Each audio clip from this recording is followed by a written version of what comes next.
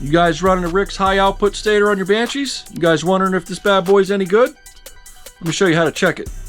Alright guys, so what we have here is a Rick's high output aftermarket stator for the Yamaha Banshee. I did some research on these bad boys and apparently they're pretty good, second best to OEM, which is a good thing. But with the Banshee stator situation being such a touchy subject, I definitely want to check this bad boy before I install it into the engine. So I reached out to Rick's Stators to get the specs on their ignition coil and the pickup coils, and I want to share it with you guys. So let me grab my meter and let's get to testing this bad boy. See ya. Alright, so let's check this thing. Alright, so grab your meter, turn it to the horseshoe looking like thing. What we're going to check first is ignition coil, which on this Rick's Stator is the red and green wire. So find the red and green tab on the plug.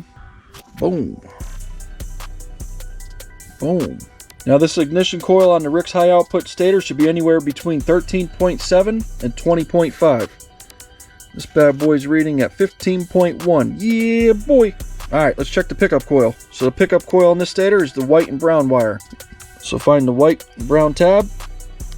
And boom. Boom. Now this thing should be between 94 and 140. What do we got?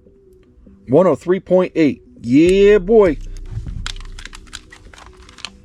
Alright, so checking those two coils, this stator should be a good stator to put inside this motor. So there you go guys, that's how you check the ignition coil and the pickup coil on a Rick's high output stator. Hope this video helped. See ya.